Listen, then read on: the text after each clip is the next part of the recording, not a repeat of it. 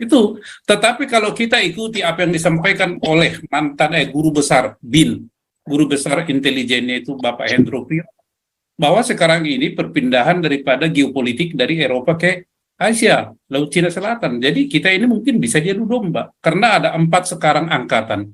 Angkatan laut, angkatan udara, angkatan darat, dan angkatan cyber. Nah sekarang ini yang bermain adalah angkatan cyber. Mana kita sadari itu? Nah kita sebagai orang yang pengikut Tuhan Yesus Kristus harus tetap berdiri teguh dan main.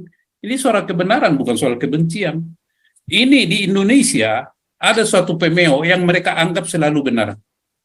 Kalaupun salah, kalau itu suara mayoritas itu walaupun salah, kalau itu disuarakan oleh mayoritas atau orang banyak itu dianggap benar. Inilah yang sedang terjadi di Indonesia. Inilah mungkin yang digadang-gadang oleh Pak Mahfud MD, dia keliling ke sana kemari bicara itu. Coba kita tanya sekarang Menko Polhukam, pengadaan alat alutsista misalnya, ya, yang dibeli adalah bekas dari mana itu? Rusia. Bukan dari MiG, Mirage, tapi bukan dari Rusia dibeli, dari Qatar atau dari mana? Iya. Kan aneh itu. Kenapa Mahfud MD tidak mengapa itu, mengamankan itu? Kok diam aja gitu? Kenapa isu yang disampaikan oleh Koni Kundini ini kok mengadakan alutsista ada PT-nya begini? Kok PT-nya kantornya rumputnya tumbuh? Ketika dia foto ada yang tegur. Terus dia bilang, apa maunya Pak Ibu Koni? Udahlah, nggak usah ikut campur ini. Oh, ditolak Ibu Koni, saya bukan tipe begitu. Kenapa begini-begini Pak Mahfud itu tidak bicara? Kok malah ngurusin soal hal-hal begini yang nggak masuk akal gitu loh. Jadi, sorry Pak Mahfud MD, dulu saya salut kepada Anda, tapi sekarang enggak. Saya sebagai rakyat, ya, saya tidak hormat lagi kepada Bapak. Saya tahu Bapak adalah penasehat guru besar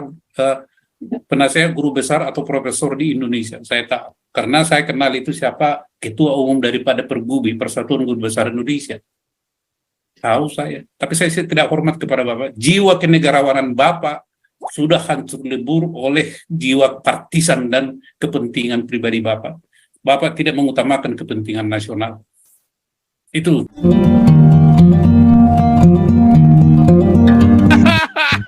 Provokasi kompor lagi. Butumbar lagi. Bukan makar, Pastor. Membela kemerdekaan, bukan makar. Ya. Iya, lo makar terhadap khilafah toh, ya kan? Oh, gitu. Amin. Tadi masih koma. Yo, Butumbar Winarsi, lanjut lagi. Ya, nanggepin Pak Teddy itu. Memang ini Pak, jadi jangan salah, satu kepala itu 50 juta, bayangkan. Jadi memualafkan orang satu kepala, kalau tingkat yang ini deket yang apa ya namanya, ada di situ tuh kan ada presidennya, ada wapresnya, ada menteri-menterinya juga gitu loh. Nah, kalau sudah tingkat menteri bisa memualafkan orang, jadi MUI itu ada presidennya loh Pak, jangan salah. Jadi si Pak Ma'ruf Amin itu sebetulnya sudah presiden itu, presidennya sana. Itu kalau memualafkan orang satu kepala itu 50 juta, beliau jelas aja. Mereka berbondong-bondong gitu loh. Saya cuma mau nambahin itu. Nah, kalau untuk Al Zaitun maju terus, pokoknya jangan takut, jangan ini. Terus maju terus lawan ketidakadilan di bangsa ini, biar dunia itu mengerti kebobrokan keadilan di kebobrokan masalah hukum di Indonesia, karena memang terbukti di Indonesia itu mafia hukum itu ya berkeliaran kemana-mana. Itu juga dapat duit. Mafia hukum di perbankan, di kepolisian, di pengadilan itu ada mafia-mafianya, mereka dapat duit juga gitu loh. Saya dapat info banyak gitu. Nah, seperti itu, saya cuma nambahin itu dikit, bahwa satu kepala 50 juta Pak memualafkan orang. Ya seneng toh, dapat 20 orang kali 20 udah berapa itu. Itu Pak, terima kasih Pak. Pak Paul Dere dari tadi belum ngomong nih Pak Paul Dere nih. Ya Pak Santi Amar, aja lagi Pak. Saya sih itu aja dari saya Pastor ya. Hal terburuk adalah pertama ditahan atau ditahan lah Panji bilang. Saya kan tadi udah katakan prosedurnya saja perlu kita cermati dan kita tiru cara itu karena dia mengajarkan itu dan kita pertaruhkan itu terhadap diri dia sendiri dan kepada yang menyuruh dia itu aja dari kita dan kita fokus ke situ dan kami minta tolong teman-teman dimanapun mendukung ini upaya Galarua ini nggak main-main, bukan untuk nama Galarua, tidak.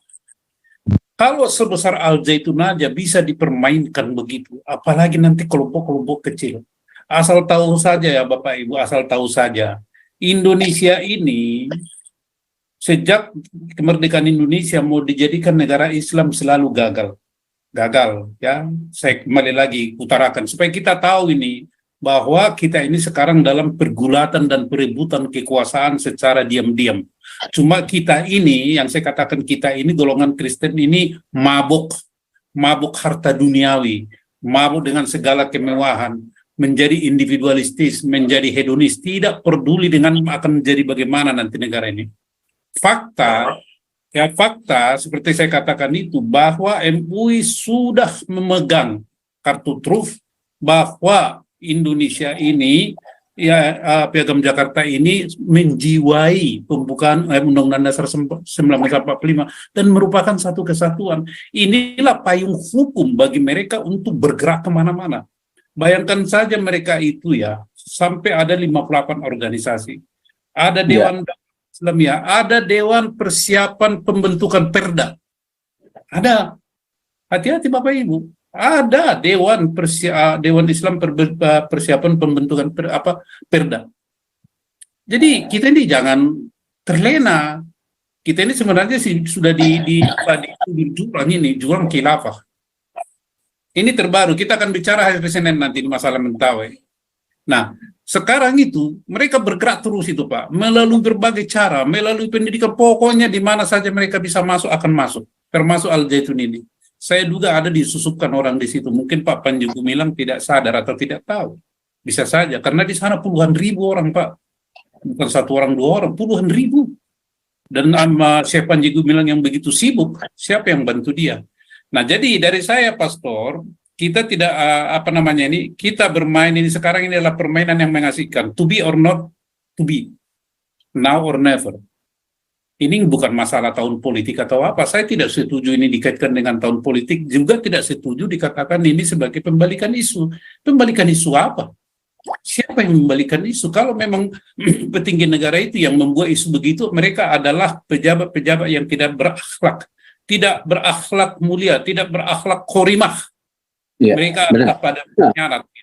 Itu. Tetapi kalau kita ikuti apa yang disampaikan oleh mantan guru besar BIN, guru besar intelijennya itu Bapak Hendro Priyo, bahwa sekarang ini perpindahan daripada geopolitik dari Eropa ke Asia, Laut Cina Selatan. Jadi kita ini mungkin bisa diadu domba, karena ada 4 sekarang angkatan. Angkatan laut, angkatan udara, angkatan darat, dan angkatan cyber. Nah sekarang ini yang bermain adalah angkatan cyber. Mana kita sadari itu? Nah kita sebagai orang yang pengikut Tuhan Yesus Kristus harus tetap berdiri teguh dan main. Ini suara kebenaran, bukan soal kebencian. Ini di Indonesia ada suatu pemeo yang mereka anggap selalu benar. Kalaupun salah, kalau itu suara mayoritas itu walaupun salah, kalau itu disuarakan oleh mayoritas atau orang banyak itu dianggap benar. Inilah yang sedang terjadi di Indonesia. Inilah mungkin yang digadang-gadang oleh Pak Mahfud MD, dia keliling ke sana kemari bicara itu. Coba kita tanya sekarang Menko Polhukam, pengadaan alat alutsista misalnya, ya, yang dibeli adalah bekas dari mana itu? Rusia. Bukan dari Mirage, tapi bukan dari Rusia dibeli, dari Qatar atau dari mana? Ya. Aneh itu. Kenapa Mahfud MD tidak mengamankan itu? Kok diam aja gitu? Kenapa isu yang disampaikan oleh Koni Rakundini ini kok mengadakan alutsista ada PT-nya begini? Kok PT-nya kantornya rumputnya tumbuh? Ketika dia foto ada yang tegur. Terus dia bilang apa maunya Pak Ibu Koni? Udahlah nggak usah ikut campur ini. Oh ditolak Ibu Koni, saya bukan tipe begitu. Kenapa begini-begini Pak Mahfud itu tidak bicara? Kok malah ngurusin soal hal-hal begini yang nggak masuk akal gitu loh. Jadi sorry Pak Mahmud MD, dulu saya salut kepada Anda, tapi sekarang enggak. Saya sebagai rakyat, ya saya tidak hormat lagi kepada Bapak. Saya tahu Bapak adalah penasehat guru besar atau profesor di Indonesia. Saya tahu karena saya kenal itu siapa ketua umum daripada Pergubi, Persatuan Guru Besar Indonesia. Tahu saya, tapi saya tidak hormat kepada Bapak. Jiwa kenegarawanan Bapak sudah hancur lebur oleh jiwa partisan dan kepentingan pribadi Bapak. Bapak tidak mengutamakan kepentingan nasional. Itu kita kecewa itu. Itu aja dari saya, Pastor Paul. Ini Ya, adalah Pak Andi. Pak Andi, lanjut. Ya, shalom. Shalom, Pak Andi. Ya, Di sini Pak Paul Dere langsung nyamber ya, Pak Paul Dere ya. Ya, Oke, Pak Andi. ya. Jadi kalau saya sih poin-poinnya hampir semua udah disampaikan ya dari seminggu yang lalu ya, bahas Al Zaitun terus sampai saya lihat subscriber Pak Paul nih naik 5.000 nih. Berarti banyak yang nonton juga nih karena bahas Al Zaitun. Lalu saya cuma mau nanya begini ya, dari sisi mungkin lebih ke sisi spiritual ya atau agama gitu ya. Kalau saya kan lihat ya, Al Zaitun ini kan ada desas-desus ini katanya di dalamnya banyak harta dan lagi dilirik nih gitu. Tapi kan di sisi lain kata dilirik ini bisa jadi dirampok juga. Kalau saya bandingkan dulu ya di zamannya Hitler itu ya, waktu Nazi Jerman itu ya, orang-orang orang-orang Yahudi di Jerman itu kan, dan mungkin nggak cuma Jerman ya, mungkin Perancis apa itu yang di bawah kuasa Nazi itu kan hartanya juga dirampok itu habis-habisan tuh. Walaupun mereka habis ditaruh di camp, hartanya pun masih dirampok.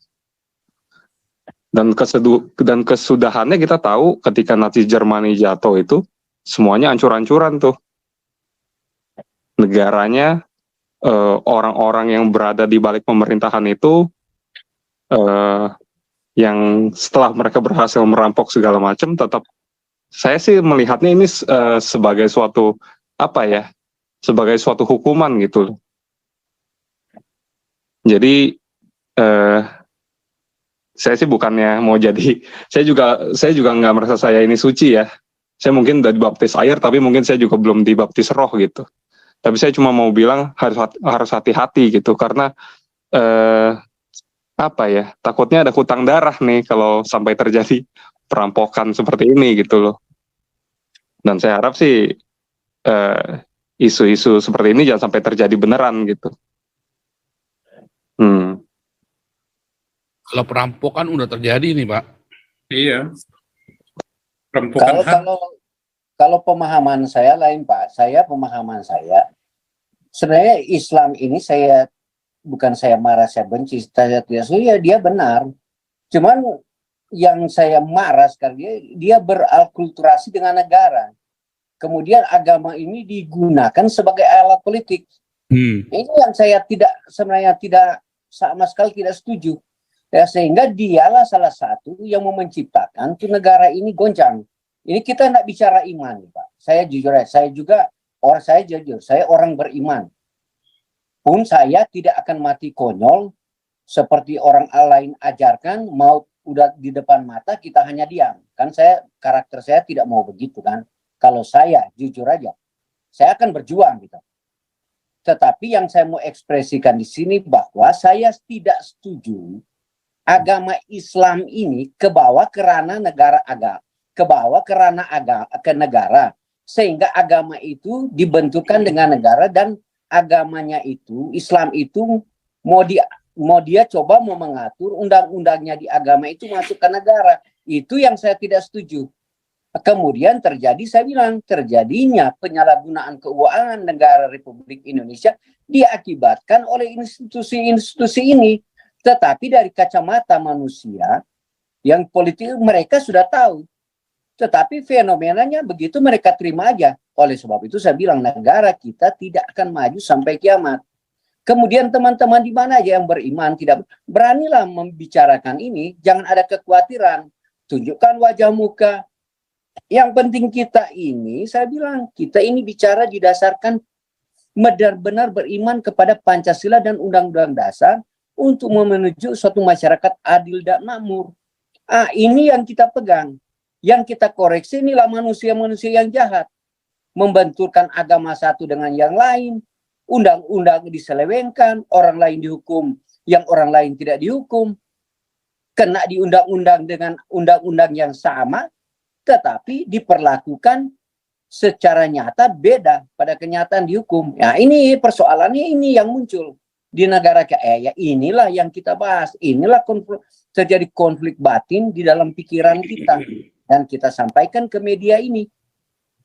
Nah, seperti Pak Joshua tadi tidak mau main. Sebenarnya arah tujuan negara kita, kalau menurut ini karena kita ini terlalu kata mau bilang agama ini, enggak, kita bicara ini karena agama Islam ini sudah terlalu masuk ke ranah negara. Ini persoalannya yang notabene menciptakan konflik antara suku bangsa, antara agama, bukan cuma agama.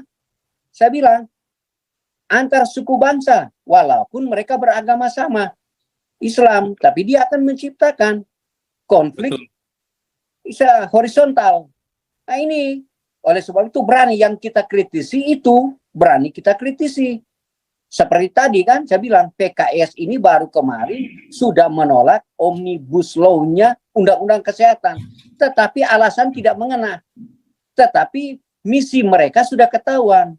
Yang penting mereka ketemu tokoh-tokoh MUI, NU, kalau ada undang-undang negara yang bicara begini, kamu lawanlah. Jangan kamu turuti.